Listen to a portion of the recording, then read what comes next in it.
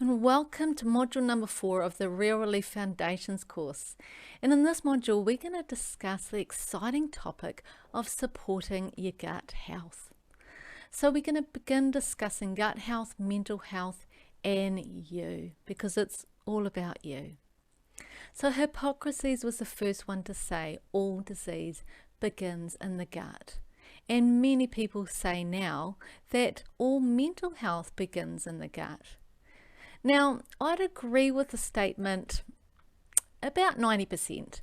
You know, it's very true for many patients, but not all. But it's enough of an effect and enough of an important topic for everybody to at least consider it. And the thing is that improved gut health will equal improved mental health. It's been known for many, many years that the brain and the gut interact. But to begin with, most people thought that it was just the brain having most of the effect on the gut. And so they thought that it was the brain doing most of the talking. Because the brain impacts our bowel motions, it impacts digestion, it impacts the microbial balance of good to bad bugs. But more recently, in the last few years, they've come to recognize that it's actually the gut doing most of the talking, and 90% of the conversation is the gut talking to the brain. And so there's 3 ways that the gut, or the microbiome, the microbes, the bacteria in the gut, talk to the brain, and how they talk to each other, because it's a 2-way conversation. So firstly, it's through the nervous system, through the vagus nerve, but it's also through neurotransmitters and hormones. So the bacteria in the gut, the microbiome, they release neurotransmitters and they release hormones, and this goes on to affect the brain and the HPA axis. Thirdly, they talk to each other through the immune system. And most people have heard the statement that 80% or 90% of the immune system actually is in the gut. And that's to do with the microbiome again, the good and the bad bacteria and all the other microbes in the gut. There's 5 different ways that poor gut health can cause depression and anxiety. It should come as no surprise that poor gut health increases inflammation. And as we've talked on numerous times during this course, high inflammation is a hallmark of poor mental health. Another way that poor gut health can cause or contribute to depression and anxiety is through releasing stimulatory neurotransmitters.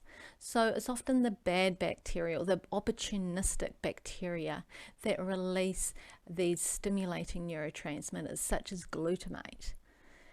They also release stress hormones, and these stress hormones, like cortisol, will result in a hyperarousal of the stress pathways.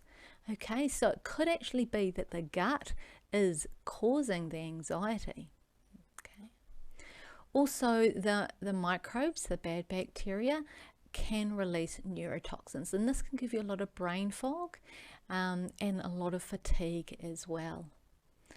Another way that poor gut health and mental health interact is through leaky gut and through a leaky blood-brain barrier. Okay, so if you have a leaky gut, this often will lead to a leaky blood-brain barrier. So that means that there's going to be chemicals and molecules that get into the brain that shouldn't be there.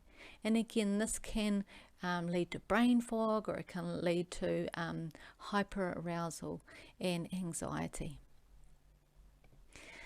So I just also wanted to point out that your gut problems may not be a consequence of your anxiety, but the cause. The reason I say this is because I know that a lot of people realize with their anxiety, if they get anxious, that they can have a loose bowel motion, they may have diarrhea. And many people think, oh, my gut health problems is just a consequence of my anxiety. But I want to suggest to you that it could be the opposite way around, or it could just go both ways. Okay, I had a client come and see me, and she had struggled with anxiety since childhood. And, you know, as part of the history taking, I asked her about her gut health, and she said, I've got diarrhea. And I said, oh, and how long have you had that? And she said, all my life. And, you know, it just blows me away to think that you have diarrhea your whole life and no one's looked into your gut health. That's what was her experience. So we looked into her gut health, investigated celiac disease, and found out she had celiac disease. And it's most probable that her diarrhea was a consequence of celiac. And then the celiac and the nutrient deficiencies probably led to her anxiety. Okay, so poor gut health, poor absorption of nutrients, increased inflammation, which resulted in the anxiety. So I just want to share that story with you today, just to point out that if you have got poor gut health, please take that seriously and try to support it and heal it, because it is going to have a roll-on effect and help improve your mood and lower anxiety in the body. So let's have a look at different symptoms of poor gut health. So there's the classical digestive symptoms that you'll be familiar with, like bloating and belching and flatulence after meals, possibly nausea, indigestion and reflux, diarrhea or constipation, or fluctuating between the two. A sense of fullness after eating can be another sign that you're not digesting your food adequately. And rectal itching is another symptom of poor gut health. Finally, deficiencies such as iron and vitamin B12 can also show that you've got poor gut health and you're not absorbing the nutrients from your food. There's also neurological symptoms that are often present with poor gut health, and that is brain fog. And if you have any level of brain fog, you really need to seriously think about your gut. Also, fatigue can be correlated with poor gut health. Depression, anxiety, and even autism has been shown to be related to poor gut health too. So there's also systemic and immune symptoms, and these could include vaginal yeast infections, so reoccurring ones, not just one out of the blue, but reoccurrence. The same with urinary tract infections. Sinusitis and asthma can be a consequence of poor gut health, and so can autoimmune conditions and eczema. So what are the causes of poor gut health? So they include the following. So like firstly, cesarean birth. When you're born, if you don't come out through the vaginal tract, your gut isn't inoculated with all the bacteria and the microbes in the vagina. So you could have poor gut health since childhood, since your birth. Also, frequent antibiotic use. So if you had ongoing earaches and tonsillitis as a child, you may have been given a lot of antibiotics. Possibly you had an infection, so needed antibiotics to heal that infection. Maybe also particular medications. You may be on some of these and they cause poor gut health too. So NSAIDs, which are aspirin and ibuprofen, stomach acid reducing drugs, which are PPIs as well, can cause poor gut health. A lack of prebiotics in the diet, and we'll learn later on in this module about prebiotics. And prebiotics are a type of fiber in our fruit and vegetables that feed the good and bad, feed the good bacteria in the gut. Another cause of poor gut health includes a high sugary diet, and that includes drinking too much alcohol as well, because it's often high in sugar.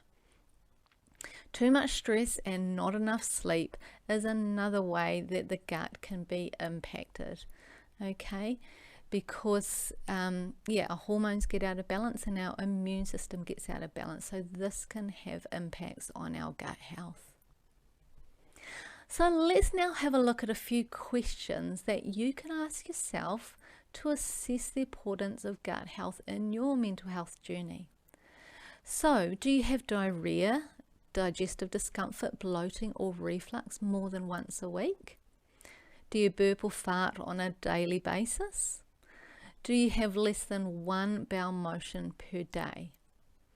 Do you have brain fog? Do you have recurrent UTIs or yeast infections? Or do you have sinusitis?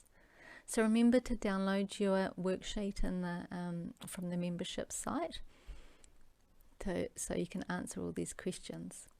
So what I've suggested is that you only concentrate on gut healing if you answer yes to at least one of these questions. So with this course, there's a lot of content, but what I want you to do is find out what the most important factors are for you in mental health, for your mental health from a physical perspective, because I know all of this information can become overwhelming. So what I want you to do is find the most important factors for your mental health. So if you didn't answer yes to any of these questions, then you may want to go on and consider the other modules in this course, and then just come back to gut health in the future, and then just follow some of my supportive strategies for the gut. Okay, some more questions for you. Did you have a cesarean birth? Did you have frequent antibiotics as a child? That may have been because of ear infections or tonsillitis. Did you have a gut infection or take antibiotics before you became unwell? So it's also about timing. You may have always had depression and anxiety, and then you're like, oh, I took some antibiotics last year for something. What you're looking for is timing. Did you take the antibiotics and did you get a gut infection before you became unwell? Because then that suggests that because your gut went out of balance, that's when the poor mental health started. So do you have a sugary diet? So you're feeding that bad bacteria with all that sugar. Do you take stomach acid reducing medications such as the proton pump inhibitors? And do you regularly take NSAIDs like aspirin, ibuprofen and diclofenac? So hopefully now you've been able to identify whether gut health is important for your mental health. Well, in the next section we'll talk about 5 keys to healing your poor gut health. So let's go on and discuss the 5 keys to healing poor gut health. But to begin with, we're just going to define what it means to have poor gut health. So what most people recognize as having poor gut health is actually having an illness, a gastrointestinal tract illness. Secondly, poor gut health can mean that you're not digesting your food and absorbing the nutrients. Another way you can have poor gut health is when your microbiome is out of balance. And the term for this is dysbiosis. And that's when the good bacteria and the bad bacteria are out of balance in the gut. Finally, leaky gut is another way that you can have poor gut health. So we'll discuss what leaky gut is in a moment also. So before we go and discuss the 5 keys to good gut healing, I want to make sure that we rule out gastrointestinal tract illness. And if you have blood in your stools or ongoing diarrhea, it is serious and you need to visit your medical doctor. And I want you to ask them to rule out these 4 things. Firstly, celiac disease, which we discussed in the Addressing the Food Sensitivities module, but also bowel cancer and inflammatory bowel disease such as Crohn's, and finally any infections. You need to ask them to to test you for things such as Giardia and Campylobacter, and also H. pylori. Now, H. pylori is very much indicated for anyone with reflux. So if you have that, go and ask your medical doctor for tests. So this is the model for our 5 keys for healing the gut. So the first stage is called remove, the second stage is called replace, the third is reinoculate, the fourth is repair and rebalance, and the fifth is another remove stage. So they're the 5 or 6 R's. Okay, so let's begin with the remove phase. So over here, just need to make sure that we remove medications that might be affecting your gut, if that's a possibility. Also removing constipation, and also removing particular foods. So the medications that you need to consider reducing or removing, if possible, is antibiotics. So antibiotics affect the microbiome balance in the gut. This means that it reduces the number of the good bacteria and allows the opportunistic or bad bacteria to grow. So antibiotics should be used sparingly. So if you're using antibiotics for colds or flus, instead of using antibiotics, consider high-dose vitamin C, zinc or selenium. If you're using antibiotics for ear infections or sinusitis, maybe consider a dairy-free diet or a low FODMAP diet. If you're using antibiotics for the treatment of acne, consider zinc and omega-3 supplementations, and also just the gut healing protocol, because healing the gut can also reduce and heal acne. Okay, moving on. Another medication that you need to consider reducing, if possible, is the stomach acid reducing medications, the proton pump inhibitors, the PPIs, such as omeprazole. So these medications reduce stomach acid levels, and obviously that's why you usually take these medications for reflux and the burning, with the acid coming up. But the problem is stomach acid is there for a reason. It's really important for digestion, and it's really good for balancing the microbiota or the microbiome. So if you do have reflux, you need to rule out H. pylori infection as suggested and go and see your doctor about that. But another way that you may be able to reduce reflux is by considering the low FODMAP diet and trialing that. Just a note, a word of caution: reduce your stomach acid reducing medications very slowly. Okay, don't just stop it one day into the next, because you may have some rebound effects if you did that. So the other medication you need to consider reducing is the NSAIDs, like aspirin, ibuprofen and diclofenac. So the problem with NSAIDs is they can cause an imbalance in the microbiome, the microbiota, and they can damage the gut lining and give you leaky gut too. So if you're taking the NSAIDs for blood thinning, consider omega-3 fish oil, because it's really good at thinning the blood.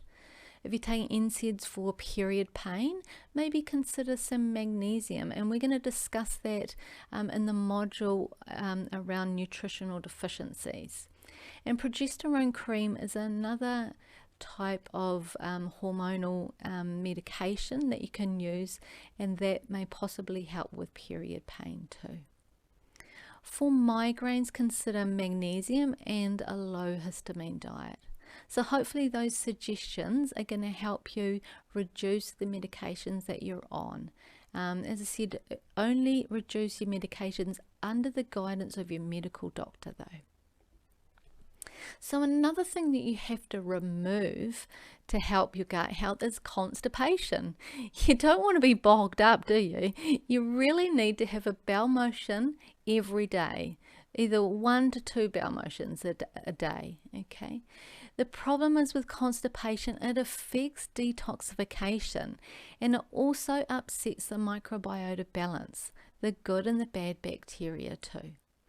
So another effect that constipation has on the body is it can affect estrogen levels, leading to estrogen dominance, and these hormonal imbalances can also affect our mental health. So I just want to give you a few strategies to consider for your constipation, and hopefully a few of these are new for you. So obviously drink 2 liters of water per day, and increase your fruit and vegetable intake, much like we discussed in the Optimizing Your Diet module.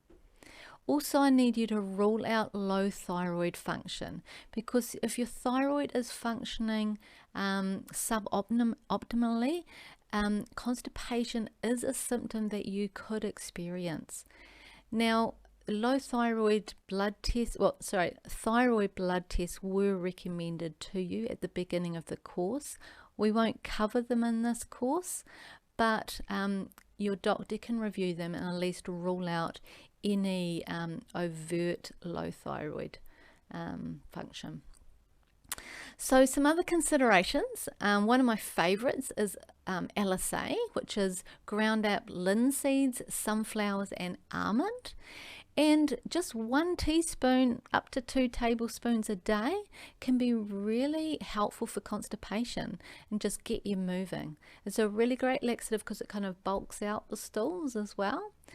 So someone that's healthy and doesn't have constipation may tolerate, half a teaspoon, but you may need up to 2 tablespoons to get yourself going. Another supplement, a supplement that could help constipation is high-dose vitamin C, and you'll need probably 3 to 5 grams per day. Magnesium citrate's another option, and the dose here would be 400 to 600 milligrams a day. And you can use up to 2,000 milligrams for the first bowel motion. I know that's a lot, but for some people they just need that extra push to get the first bowel motion going. But I would start, you could start off with the lower dosages, and if they aren't enough, then you increase it. So with all of these things, you can increase or decrease them based on their effectiveness. So if you end up having 3 bowel motions a day, just lower the dosages back. And if you're still only having 1 every 2nd day, increase the dosages to get yourself going. Now the other thing with the remove stage is to remove particular foods from your diet, and this is going to help support the gut. So firstly, just removing sugary foods, because the sugar feeds the opportunistic bacteria. Okay. Also remove gluten and, if necessary, dairy products, because dairy and gluten are inflammatory and they can damage the intestinal lining. Remember to assess the dairy intolerance symptoms in the Addressing Food Sensitivities module. And lastly, you can consider following the low FODMAP diet, because that can be very effective for people in the short term to support gut health. So yeah, remember to look at the Addressing the Food Sensitivities module. So we're going to move on next and talk about stage 2 of the gut healing protocol, and that is the replace stage. So let's discuss the replace phase of the gut healing protocol. So in the replace phase, we want to support digestion, we want to emphasize how we're chewing our food, and we want to support good stomach acid levels. Because the fact is that for good digestion and absorption, we need to chew our food, we need to break our food down, so that then our body can absorb it. And so we break our food down by chewing your food adequately, and also with good stomach acid levels. That stomach acid breaks the food down, because it's not just about what you're eating, it's about how you're eating, and probably more importantly, how you're absorbing the goodness from your food as well.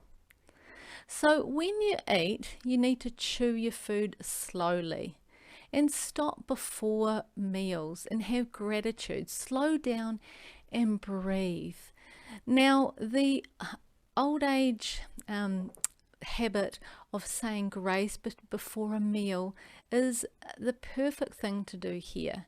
Even if you don't say grace, but you just want to be grateful for your food, slow down, take a good breath, and it actually slows down the fight and flight response. It helps calm down your nervous system. So my suggestion is to chew your food until it is a liquid, because when you think about it, if your food gets to your gut, gets to your stomach, and it's hardly broken up because you've been so busy and you haven't chewed your food properly and you're just in a rush, it's going to put more pressure and burden on your digestive system.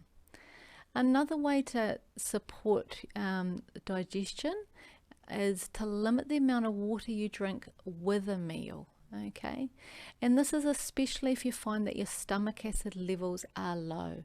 Okay, stomach acids are really important.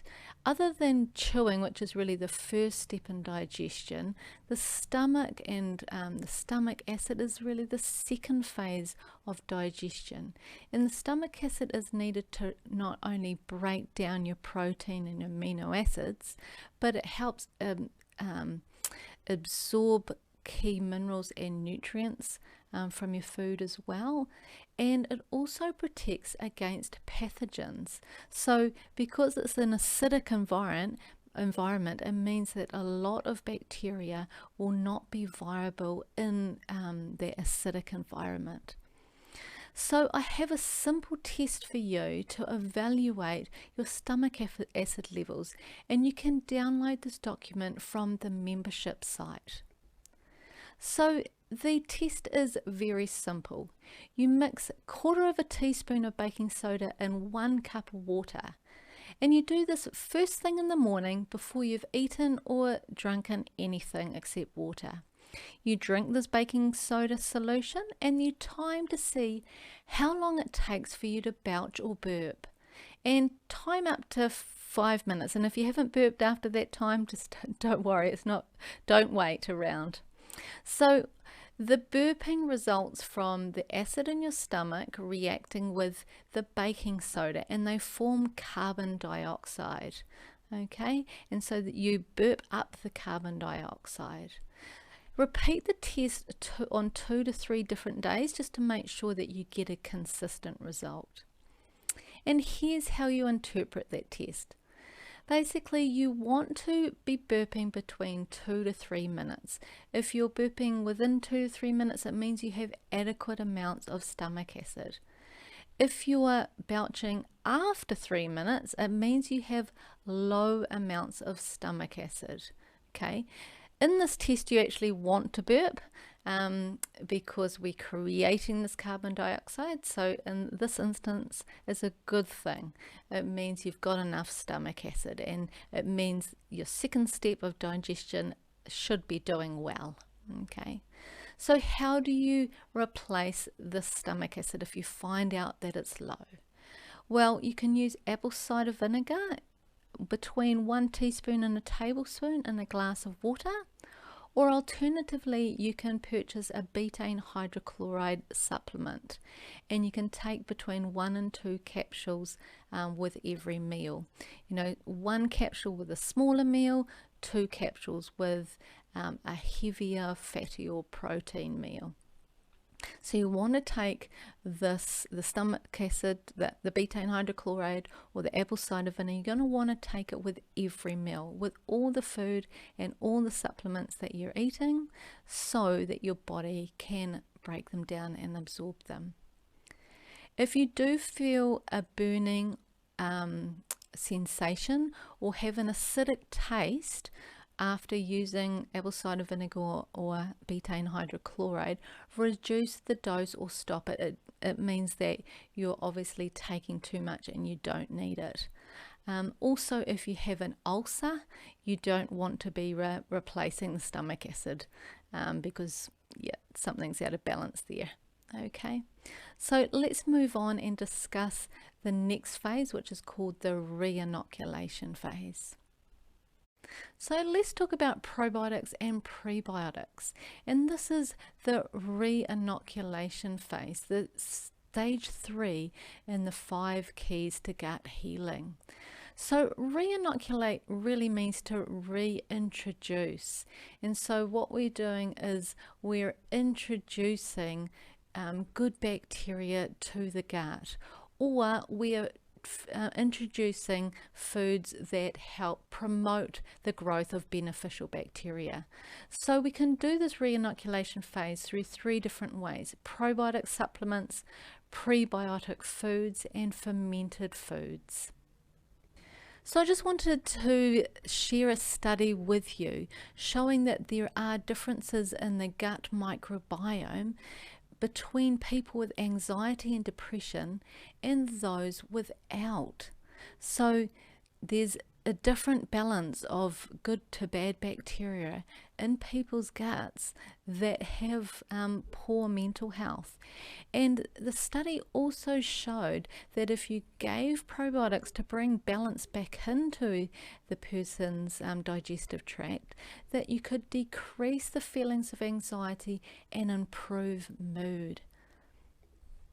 Here's another study from 2016 showing that probiotics are helpful for people with major depression, and in as little as 8 weeks there was beneficial effects on depression scores, insulin resistance, inflammation markers, and glutathione concentrations.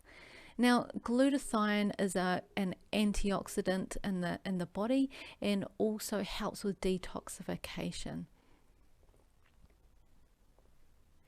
So let me say that probiotics for mental health is a really hot topic, and everyone was talking about it, and I thought, oh, do I not know enough about this area? So I went in about a year ago and looked into this topic a lot, and I realized it's actually still scientifically in its infancy. People are getting really excited because a pill, a probiotic, can improve mood and it can improve our gut.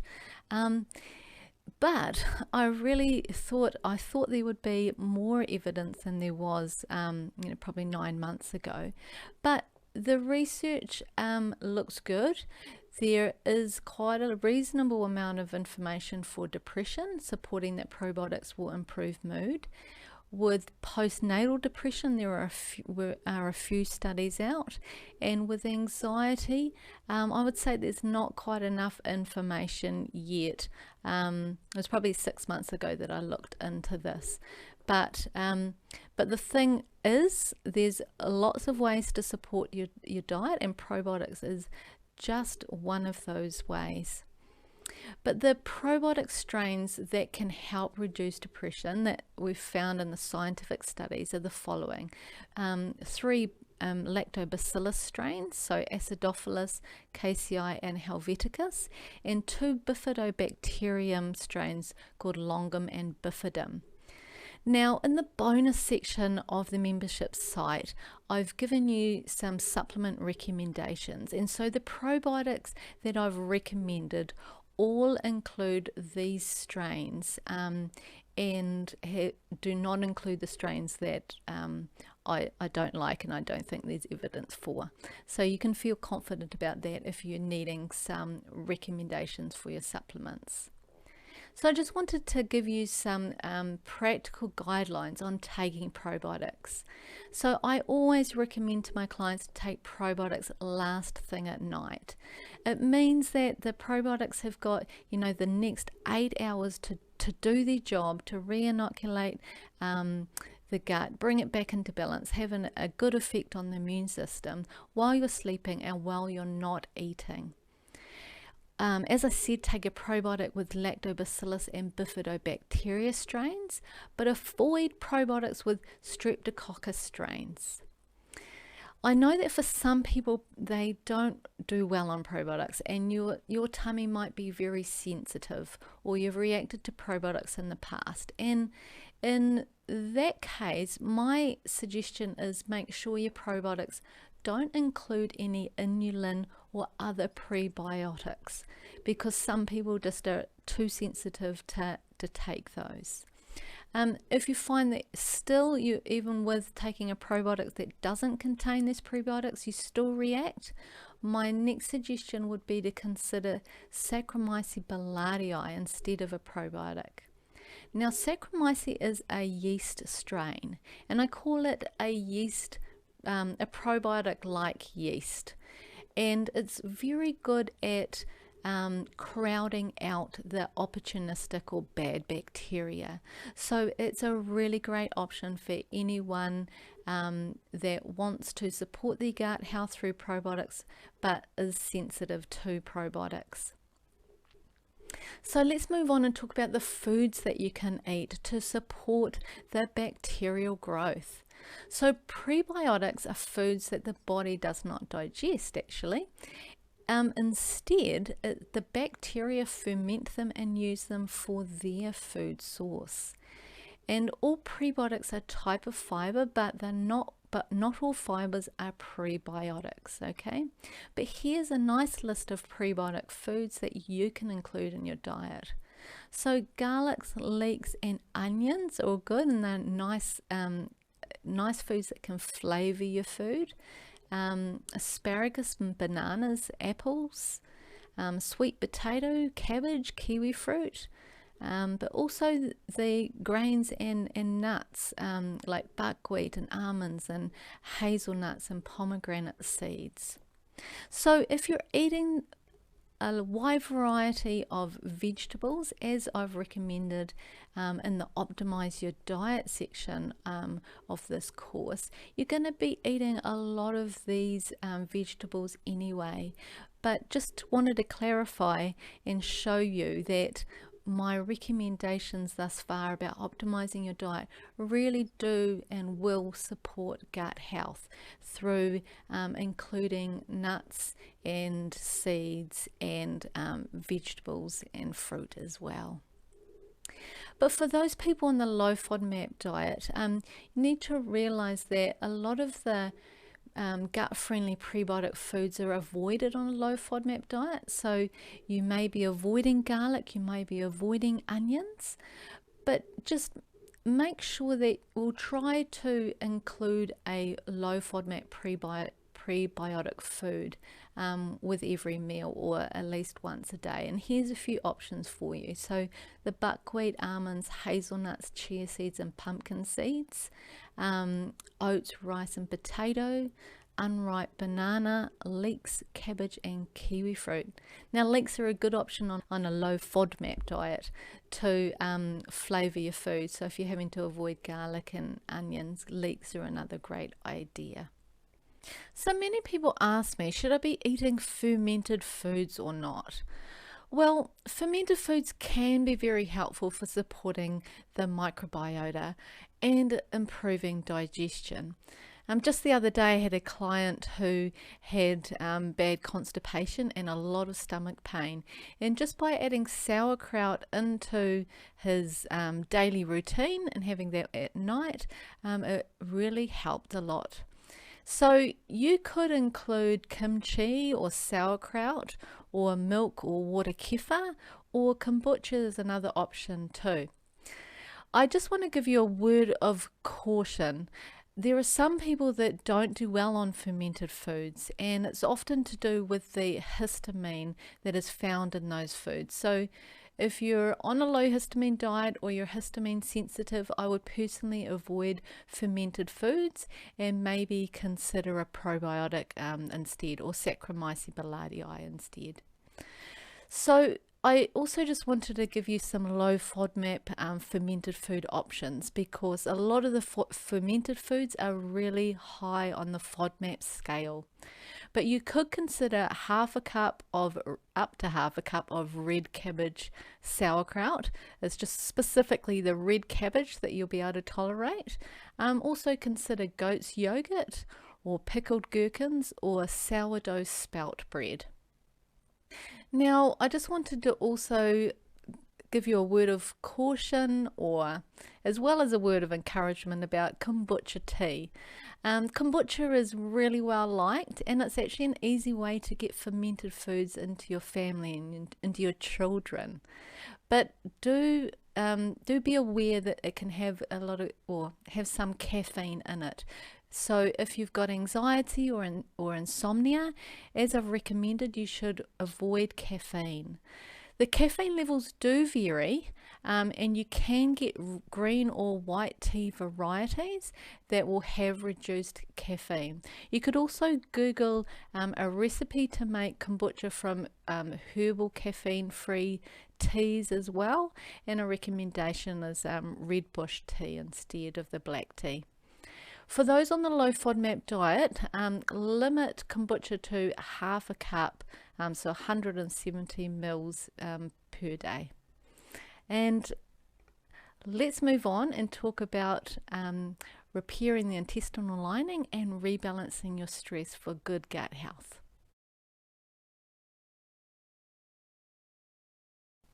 So the next stage of the gut healing protocol is stage number 4, in which we want to repair the intestinal lining and rebalance our stress levels. So let's firstly discuss healing the gut lining. And many of you would have heard the term leaky gut. And what exactly is leaky gut?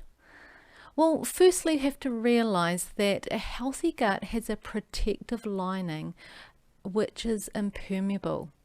Okay, so the gut is there to be a barrier to the outside world, so that undigested food particles and bacteria and pathogens can't get into the body.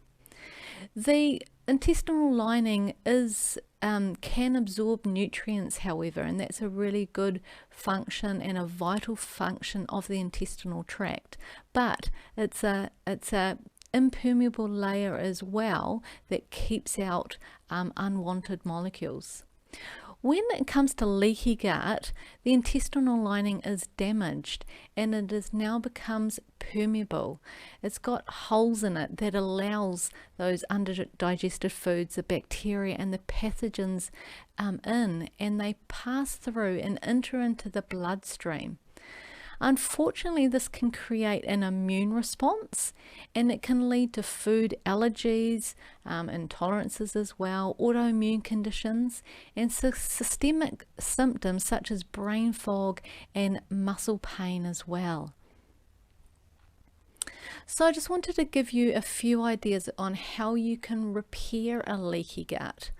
Well, the most popular supplements and the most effective supplements include L-glutamine, which is an amino acid, and you can take it between 2 to 5 grams of that per day. Zinc carnosine, specifically zinc carnosine, so not zinc picolinate, not zinc citrate, but zinc carnosine has properties to repair the gut lining, and dosages between 25 to 50 milligrams per day can be taken for this purpose. Omega-3 supplements, which we'll be talking about in the next module, are also helpful for repairing the gut lining, as well as slippery elm and aloe vera. Now, another sort of food source that can be used to heal the gut is collagen and gelatin. So there's lots of benefits of collagen. Is not just to heal the gut lining, which is wonderful, but it also improves the appearance of your skin and your nails and your hair. It protects your joints, it supports your bones, it assists with detoxification, because it's really made up of a lot of amino acids, and these amino acids can be used for neurotransmitter production as well. So here's a few easy ways to increase your collagen in your diet. So yes, you can buy a collagen powder, and a good idea is to use collagen powder in your smoothie every morning. So not only are you getting your vegetables or your fruit in your smoothie, but you can get a protein source. And so collagen can be a protein source as well as a gut healing supplement or food. Another way to get collagen into your diet is through broths. So a lot of people think that broths are healthy because of the minerals that you get from the bones that you're boiling up, but it's also the collagen that you get out of the bones. And so you can make broths out of your bones, or you can buy commercial broth products as well.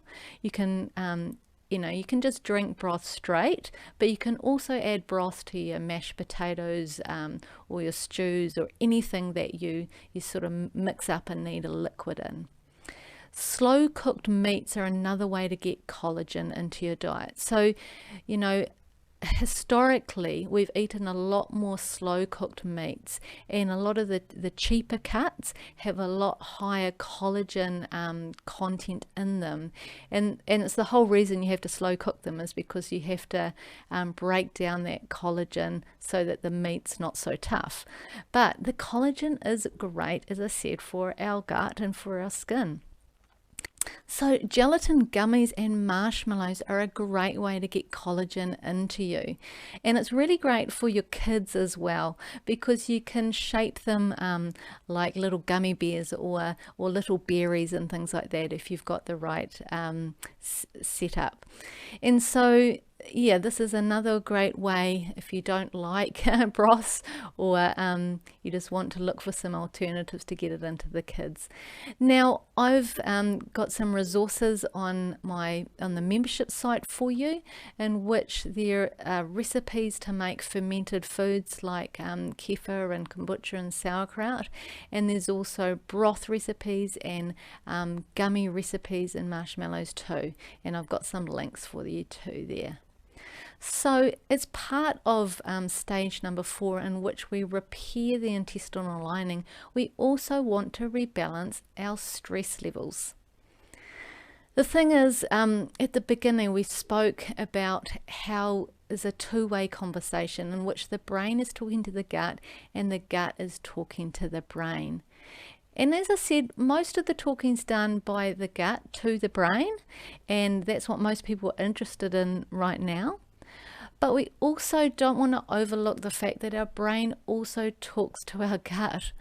So when you are stressed, it does talk to the gut, and it does put your bacteria out of balance. So we need to lower our stress levels too. And here's a few ways in which stress affects our gut health. So it affects the mobility of the gut. So either can slow it down and have more constipation, or it can increase the mobility, so you might end up with diarrhea. And so your absorption of all your nutrients are going to be affected in both of those instances. Also, stress increases leaky gut. And we don't want unwanted bacteria or unwanted pathogens or food molecules getting into our bloodstream and setting off the immune system. Stress also impacts the mucosal immune system as well. Okay, it increases the growth of opportunistic bacteria. And it also changes stomach acid secretion as well. So we don't want less stomach acid because then we don't absorb anything. And if we don't want more stomach acid either, because then we get really bad symptoms from reflux. So obviously stress has an impact on our gut health. So and I know that it is a bit of a cycle, a vicious cycle, but what we want to do is break that cycle in which we do as much as we can to improve our gut health, and at the same time we try to reduce our stress as much as possible, so that at some point this vicious cycle, the gut affecting the brain and our stress, and our stress and our brain affecting our gut. So we've just got to do as much as we can and do the best that you can. So one of the ways that we can lower our stress levels, and we can sort of turn off the fight and flight response in our nervous system, is to use the technique of mindfulness. Now, mindfulness is just a practice of paying attention in the present moment. Some examples of mindfulness practices that have been taught are a body scan. So you focus on different parts of the body and you sequentially detect sensations such as muscle tension. So you could just start with your toes and just screw all your muscles up and then relax them, and then go on to your lower legs and screw them all up and tension them, and then relax them and go through your whole body. That is a mindfulness practice. There's sitting and walking meditations, and there's mindful yoga as well. Diaphragm breathing is often incorporated into mindfulness, and I highly recommend diaphragm breathing too. So I wanted to share with you a couple of scientific studies showing you that mindfulness really does work. So here's a randomized controlled trial with women, and it was an 8-week study, and throughout these 8 weeks they met every week for either a mindfulness session and training or just a support group. They also had a half-day intensive session throughout that period of time too. And it was shown that the women in the mindfulness group showed greater reductions in irritable bowel syndrome severity and relative to the support group. So the mindfulness group had a much greater reduction in severity. Straight after their training, 26% reduction was seen on average in those in the mindfulness group versus only 6% in the support group. At 3 months after the study, the results were even better. The woman had 38.2% reduction in irritable bowel syndrome severity, and the support group only had 11.8% reduction in this symptom severity. Throughout the study, they also showed that the quality of life scores also increased. So this study demonstrates that mindfulness training has a substantial therapeutic effect on bowel symptom severity, improves health-related quality of life, and reduces distress as well. But mindfulness isn't just effective at reducing poor gut health and symptoms of that, but it's also very effective for reducing anxiety and depression. This is what one study from 2017 said. Mindfulness-based interventions, MBIs, have demonstrated efficacy in reducing anxiety and depression symptom severity in a broad range of treatment-seeking individuals. Mindfulness-based interventions consistently outperform non-evidence-based treatments and active control conditions such as health education, relaxation training, and supportive psychotherapy. So it's pretty amazing that mindfulness on its own can be helpful for anxiety and depression and for irritable bowel syndrome.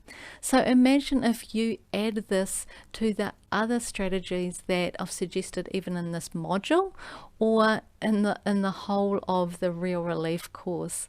I'm sure you'll have some benefits, hopefully lots of them. So I wanted to share with you a couple of resources that can help you do mindfulness or diaphragm breathing.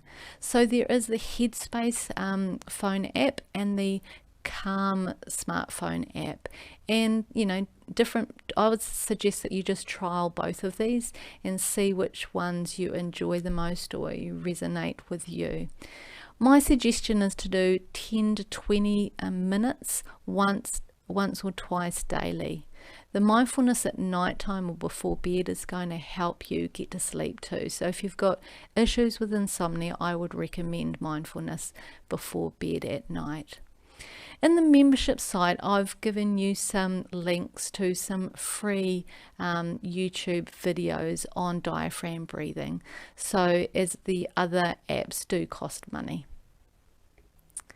So we're going to talk about the last stage of gut healing next, and that's the remove stage, removing opportunistic bacteria.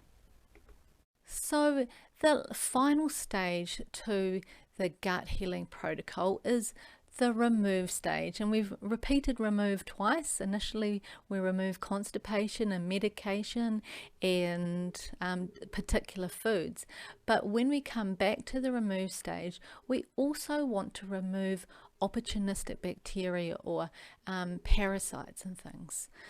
So the reason that we want to remove these opportunistic bacteria, or you can call them bad bacteria, is that they create stimulatory neurotransmitters, and that can lead to anxiety and insomnia.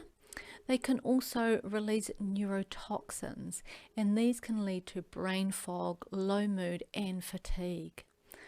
These bad bacteria also inhibit the absorption of nutrients, and we can get nutrient deficiencies due to an imbalance in the gut.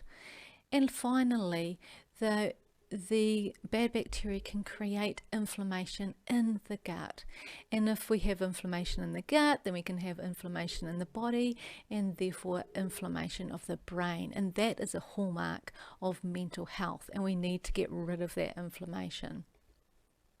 So there's lots of different options to remove or kill off or reduce these pathogenic bacteria. Firstly, there's the low FODMAP diet, and the low FODMAP diet needs to be followed for 18 months to actually reduce the pathogenic load of bacteria. I'm not recommending that. Another way to reduce the load of these bad bacteria is to crowd them out with probiotics or the yeast probiotic, the probiotic like yeast called Saccharomyces boulardii. Another key to actually removing or reducing these bad bacteria is to improve the immune system and the gut lining, okay?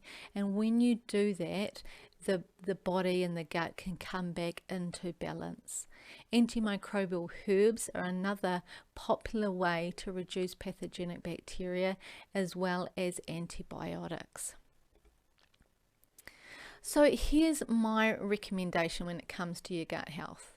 For the first 3 months, rather than racing off and wanting to kill or remove these bad bacteria, it's best to build up your gut and your body. So we want to reduce inflammatory foods, so that remove stage, where part 1, in which we're reducing gluten and dairy. We want to create an acidic environment in the small intestines, and we do that by replacing the stomach acid if we find out that we have low levels using the stomach acid test. We also want to improve gut health by introducing beneficial bacteria or increasing their growth through prebiotics and probiotics. We also want to crowd out pathogens using the Saccharomyces boulardii, and we want to heal the lining of the intestines, and we want to reduce our stress and help rebalance us. So for the first 3 months, we follow those first 4 steps in the gut health protocol. After that, we follow this with an antibacterial protocol for 8 more weeks, and we can use firstly oregano oil as well as a broad spectrum antimicrobial formula. So we take oregano 3 times a day with meals, and then we take the broad spectrum antibacterial formula 3 times a day with meals as well. So we do this at the same time as taking probiotics, digestive enzymes or stomach acid, and a gut healing supplement also. Remember, I've got some supplement suggestions in my bonus supplement guide at the membership site. So I know the information in the gut healing module is a lot, and what I just wanted to say is I want to encourage you just to keep things simple to begin with. Concentrate on what you can do. So concentrate on removing particular foods and removing constipation to begin with. Doing your stomach acid test to make sure you've got good levels. Also supporting your gut health through chewing slowly and chewing thoroughly and eating your food in a relaxed manner. Also, adding those prebiotic foods into your diet to help support good gut health, and possibly taking a probiotic supplement. Also, with rebalancing and repairing the intestinal lining, you can use collagen. As I said, you can do that with the foods that you eat to help support your gut health. So, as I said, there may be a lot of information in here, but try not to get overwhelmed. Just do the small, simple changes that you can make in your diet, in your lifestyle, and then possibly consider a couple of different supplements, such as a probiotic and a gut healing formula. So I hope that's been really helpful. Let's just move on to a summary of all this information and look at some aims for things that you can do this week.